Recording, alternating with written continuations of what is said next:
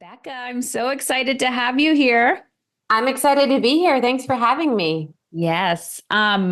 Before I hit record, I said emotionally uncomfortable is all about vulnerability. And I'm sure people see you on the outside in your life. And when we pull back the curtains, um, it's always perception, right? Perception of the life people think you lead versus the reality. And I wanted to talk to you about all the things you have on your plate, whether it's work or mothering or the projects that you're up to.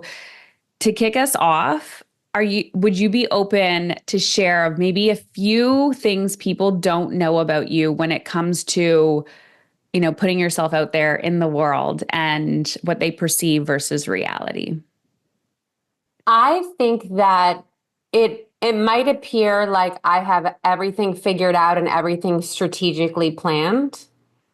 But sometimes I feel like I'm just hurling myself after things, hoping that it's like there's that saying where you're putting the wheels on the bus as it's already in motion. Hmm. I feel like a lot of the decisions I'm making are often like that, and I'm like, okay, I just hope the wheels get held on tight. Yeah. Whereas people are like, oh, there was probably a strategy and like a plan and a team, and there was a masterminding, and a lot of that isn't like that. It's just like, oh, let's try it, let's take the risk. How bad could it get? That's a good thing. How bad can it get? What's the worst case scenario? So there's always like this courage, like take massive fast action, learn as you go in the messy. Um were you always this type of person? Like were you that type of child? I was in certain facets, like I remember growing up, my mom was selling items at the San Diego flea market, and I wanted to sell with her. So every week I'd like go create like puffy paint sweatshirts and spin art. And I had my little card table at the flea market. I sold nothing, but it was about the creation of it and the push to like do something that I thought could be successful. Mhm. So in those areas of my life, I think there was that willingness to take risk. And then on the other side, when I moved to New York and we started pushing the boundaries of what it meant to speak to your customer, um, you know, talk to her, meet her, not be better than her, or go direct to consumer. As crazy as it sounds, a lot of those things from peers and frankly buyers and editors was like, if you do this, your career's over. And we did it anyways, but those risks early on, and even I would say into, sorry, into 2014, a lot of the risks we took, I was trepidatious, I was nervous, I was questioning myself. I wouldn't question myself on like, yes, that's the new hit bag, that's the trend of the season. But a lot of the risks we began to take, I questioned myself up until the very moment we did it. How do you what I'm like that takes a lot of deep self-trust. When you take the risk, when you deeply trust yourself, when you're stepping into uncertainty, do you think that's a relationship that you have with yourself and trust? Or, like, I'm curious the pushback you get now after being so successful when you're like, okay, we're going to take another risk or another risk or another risk. I talk about this in my book. It's in a whole chapter. And I think if we can reframe failure as a learning opportunity and also taking risk like building muscle, Mhm. I think that you will likely begin to take more risks because it's not, oh, I failed. It's what did I learn? And the more you do it, the easier it gets to take it and then bounce back from it. So for me, I'll still make decisions that are bad, Mhm. but at least I'm like, okay, what did I learn from that? How can I be different, better the next time? And so that's the only way you learn, really. And I think we're all so scared. We want to be like bubble wrapped, but life Yeah. isn't like that at all. So Where I do you think, see, I was going to say, where do you see women getting in their way? Where do you see them getting stuck when they have the dream, when they have the desire?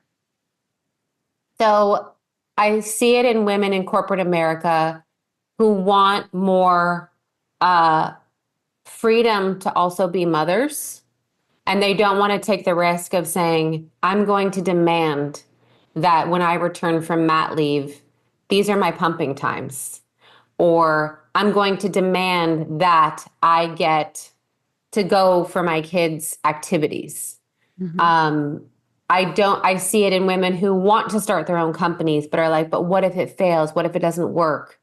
And I'm always like, unless it's involving you, essentially selling the home and making yourself homeless, don't ever do that. But like, I always, again, when we first started the podcast, I look at it like, what's the worst case scenario? Can you accept that? And if you can, and you're willing to have that happen to you, go for it. Yeah. But I think that we just get in our own way. We overthink it. It has to be perfect. Hmm. And I've just kind of been like, ugh, enough with the perfection. Just like try it, go for it. I love the ugh. It's like, it's so annoying, right? You know, when you're in it, what's your relationship with fear and guilt and shame? How does that show up for you now? And how do you kind of manage that? Fear shows up for me in two ways. One is very irrational, like zombies, sharks in lakes, Hmm. like things that actually aren't real. I have deep fears of. Um, I think fear with, as a mother, right, your children being okay and being safe. And then it shows up not really as fear in some of the risks that I take, but I think then to me, it's not about fear in work, it's about shame. Like, what if I did something that really embarrassed me or hurt my reputation? Then I would feel shameful or embarrassed.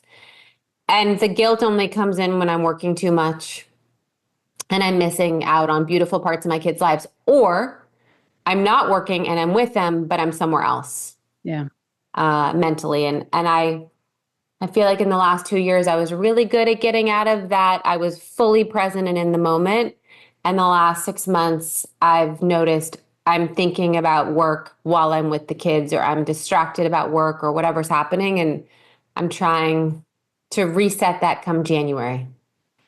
And how do you reset that? Like, what is there a process that you go through mentally or, yeah.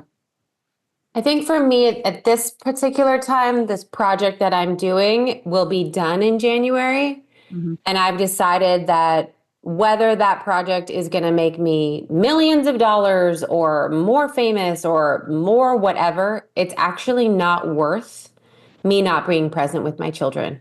Hmm. And I've thought long and hard about it. And I just want to be there and I want to be blissfully pushing them on the swing or giving them a bath. And that to me is worth far more than this mental energy that's taking up a lot of my mind right now. And I think you wouldn't like tell me if I'm wrong, but it's like if we don't take the risk or we don't take the action and try it, you don't receive the symptom. Like you never know, right? So then once you're kind of like, okay, the mental energy is draining me, or I can tell when I'm with the kids, I'm over here.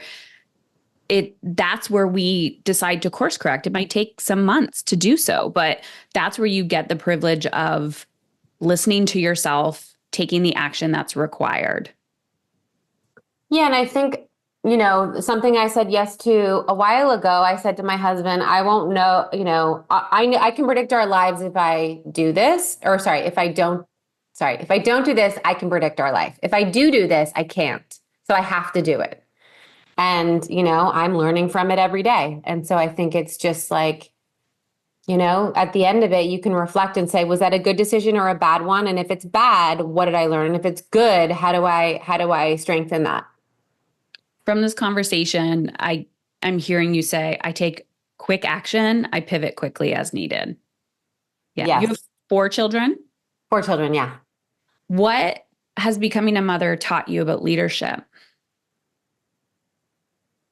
I can't say that being a mother has taught me about leadership other than if you want to lead and you want to be a mom, you have to delegate. You have to make your bench deep at work in terms of support and help. And you have to foster an environment, at least from what I know, where everyone is a little entrepreneur, even if they're working for you. And how do you get them to manage their own work, not micromanage them, make mistakes because they're going to, have them come out of it. But I think there's no easy solution for wanting to be a very present mother and being, a leader that's the greatest all the time. You have to surround yourself with great people, otherwise you'll never be able to do it. Yeah. I always say parenting is personal growth on steroids. I'm raising three boys, and they're constantly showing me how I can become a better human. Like whether I'm like, okay, I need to up my emotional regulation skills. I need to, you know, like be a little more disciplined with my routine. And I've noticed how like managing a team is very similar to parenting in the sense that sometimes people are reacting in a way that a child has reacted. And I'm like, oh, I've been here before. So it's like, it's managing people. It's not managing people, leading people and helping them kind of see who they are, guiding Yeah. them. Yeah. I definitely had two employees in my office last week, one that reports to me and one that's her peer, and they couldn't get along and it was very mean girlish. And I felt like I was talking to my children. I was like, I can't believe we're actually arguing about this. Like, this is ridiculous. I didn't say that. I was thinking that, but I was talking to them as if they were my children because Mhm. that was how childish the disagreement was. And so I think you're right. I think it is tapping into that. So there's something you keep going after your like projects, ambition, like that part of you that I'm not going to say wants more, but just wants to create. What do you think that is? And do you see a lot of people who kind of abandon that portion of them to be like, I need to be 100% here with my children? I'm curious your relationship to that. I don't know if you call it ambition or the creative inside of you. Do you know what I'm talking about? Yeah, I do. I do. Every time I travel for work, and I get excited, it's that mix of guilt and excitement. And I'm like, why am I excited? Oh, because I still love what I do. Yeah. And I still have goals that I want to achieve with what I'm doing and even beyond what I'm doing. And it's almost like the activity itself gives me energy and it gives me excitement. And the achieving of those goals gives me happiness. Mhm. And I've taken an honest look. I could not be at home full time. That is, I think, a harder job than anything. And I think that that's not my nature. It's not who I've been since I was the kid at the flea market trying to sell my puffy paint sweatshirts. Mhm. So I have to not admit, but I have to say, I love to work and I love my kids. In a perfect work day, maybe it would be like half and half. Mhm. Um, so I do think in the future, I want to figure out where I can give them more and work a little less, but I just don't think I'm there yet. I love that. I don't think I'm there yet. I remember when I started my business and I wrote my book, I had stage 4 cancer in 2013. And aspects of my life, was like, if I don't feed this part of myself, how is that going to take away from other people? And it's so weird that we're always like, it's either this or that. Like, it can't just be a little sprinkle here, a little sprinkle here. Now, we're not worthy of being fed. And I know when we get busy and life gets busy and our plates get full, we're doing and we're not being as much as we quote unquote should or want to or desire. Um, but I'm always digging into this like I feel guilty, and it's gonna be there. But what have you ever looked or explored like what guilt actually is when you're like I feel guilty because when I'm with the kids, I want to be here, but then I want to be over here. Have you ever like thought about that deeper? I'm curious. I guess I've thought about like the guilt is that I wasn't there on a consistent enough level. When I say consistent, every night, for the just normal, everyday, mundane things. I've always made sure that I'm there for all the big deals. Um, and I don't and then sometimes it's not rational because like next week I have to go out of town for 3 nights and I feel extraordinarily guilty and I was going to change my flights to leave later and come home earlier and do that whole thing that I'm always doing. And I was like, fuck it. I'm going to just take the 3 full days. Yeah. And what am I missing? I'm missing them in school and I'm missing 3 nights of dinner and bath time. And I just have to just be like, it's okay. They're going to survive. But sometimes the guilt feels like you're damaging them. I think that's what it is. It's like I'm damaging them. Here, I'll sum it up for you. My son for a Mother's Day project last year, it was like, my mom likes chocolate. Her favorite thing to do is work. Work. And I was gutted. I was like, my favorite thing is you, and I just felt bad that that stuck in his head as my favorite thing. Like I didn't want him to feel that way. And that to me is guilt. Can I give you a different reflection of that? Yeah. What if he was like my mother's favorite thing is me and he grows up with this like I am my mother's everything Yeah. and Yeah. that I'm not a part of her or I'm added to that. But also what if the she loves to work is like I get to observe her and in her fullest creative potential. Yes. Yes. And I'm not saying his answer should have been me, but maybe it's like play with the family. I I don't get know. what you're saying. I know. I know. It's like women standing for women to be like, oh, this guilt. It's like a virus. I think it's hardwired into us. Yeah. I think for 10,000 years our job was to nurture and care for the family. And we think that in 70 years of truly going into the workforce that it's just going to go away. Like that took 10,000 years of making us nurture, give, provide, support. Like we're idiots if we think it's just going to be solved soon. I've had to redefine guilt for me as like love. I'm like, oh, I'm experiencing love. I feel it in my body. Yeah. And my oldest son, who's almost 20, is working from home now. And I can hear him. He's in a sales position. I can hear him in his room. I've had to wear noise canceling headphones. I have a visceral reaction when I'm like, oh, I'm like, he's doing great. But I literally can feel it in my body of like, I don't want you to fail. I don't want you to Right. feel discomfort. Right. And You I'm want to like, come in with the chicken soup and the rah rah. yes, it's Yeah. just such a huge part of who we are. But I think that's such a gift too. It can be a strength but not when it's when we're in the shadow. Yeah, for sure. So, Rebecca, what makes you feel alive when you feel the strongest, most embodied of yourself? I think when I take on something and I win, or when I know that I've worked really, truly hard at something for a long time, we pull it off, and then I like get to relax. Mm-hmm. We took a vacation 2 weeks ago before it was abruptly cut short. For 2 whole days, I was just like, oh, the last 6 months have taken everything from me. And I'm in the ocean and I'm like, yes, you know? And then shit hit the fan, but that's normal. When you're saying like it took everything from me, is it like you challenging yourself to like push yourself? Or is that the aliveness of like, I did it, I climbed a mountain? Yeah. Yeah. Yeah. It's I climbed a mountain. I did something really hard. I'm still alive. I did things that made me very uncomfortable. I did things that, for me, pushed boundaries, inserted myself into things and places that just weren't my normal habitat. And here I am, and I did it. You did it. How do you want your children to remember you? I would like them to remember me as someone they had a lot of fun with, as someone that was unconventional. And when Mhm. I say that, I have a 13, 7, 10, and 2, and we walk around naked. If they have a question about sex, I'm very open.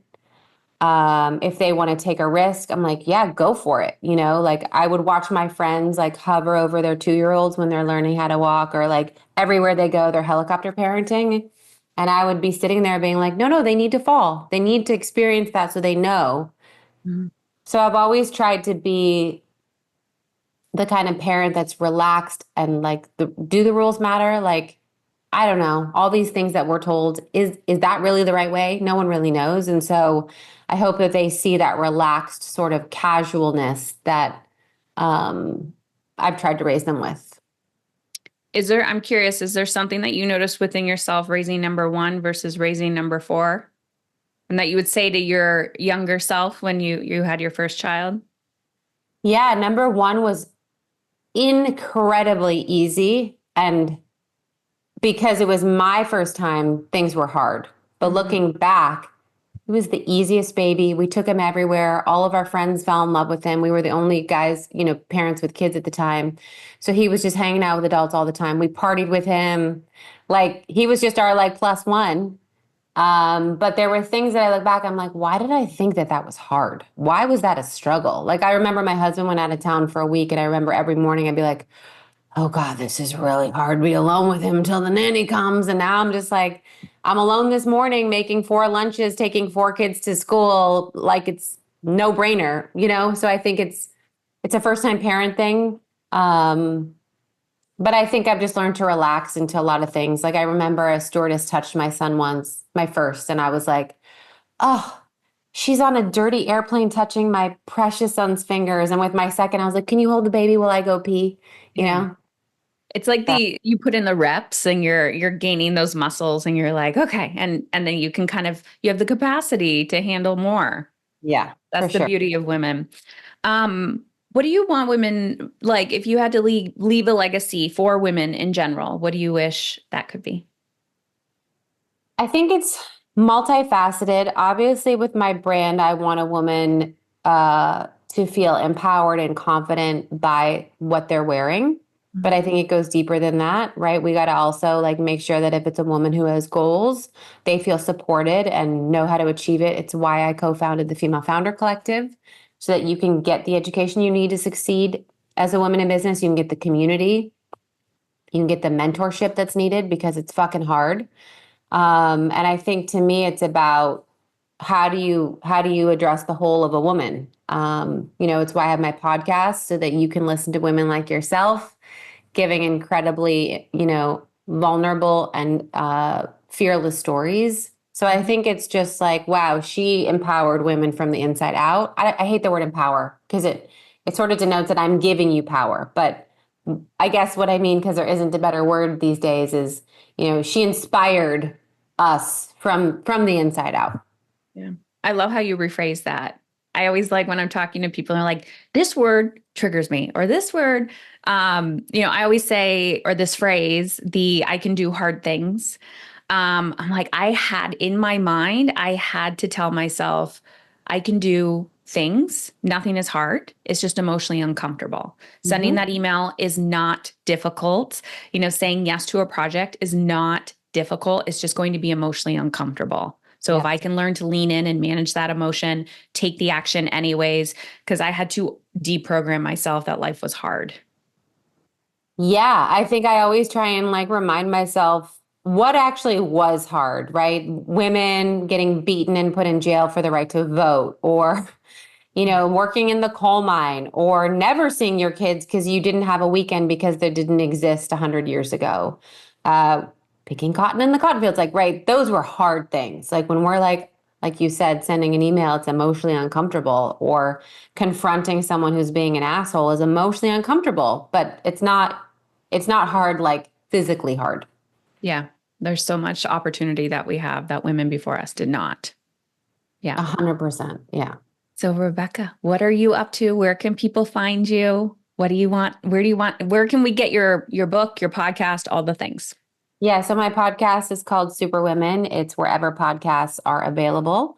Um, I have my paperback coming out in February, so wait to buy it.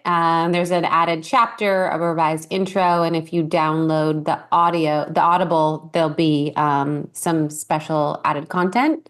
You can follow my personal life with a lot of BTS from the brand at Becky Minkoff, and then obviously the mothership at Rebecca Minkoff on Instagram.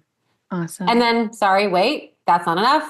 I have a LinkedIn newsletter called You Can't Make This Shit Up, and it's all the horror stories women have experienced in business and how they've sort of survived.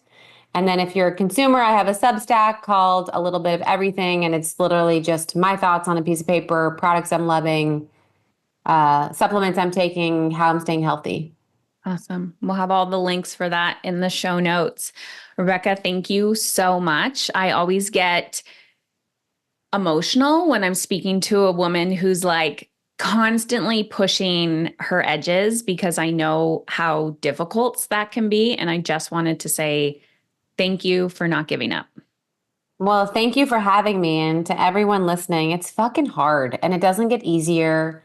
And there's so many cushions in life that make us think that other things are going to be easier, faster. There's a shortcut. Like we get to Amazon Prime, everything we need, we get our Ubers. And I say this again and again, your career is not going to be quick.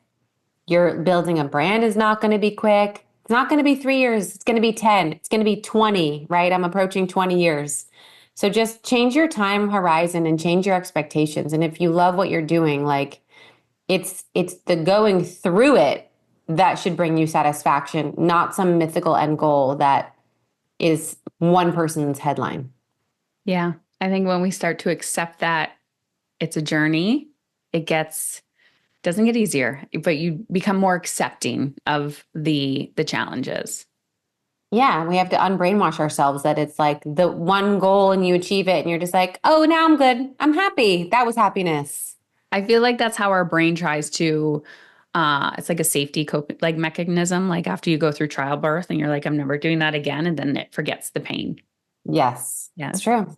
Thanks, Rebecca. Mine has recently fully forgotten the pain. I'm like, do I want to fib? My husband's like, no, not with me. You can do it with someone else. Oh, I love it. I love it, love it, love it. Thank you. Thank you.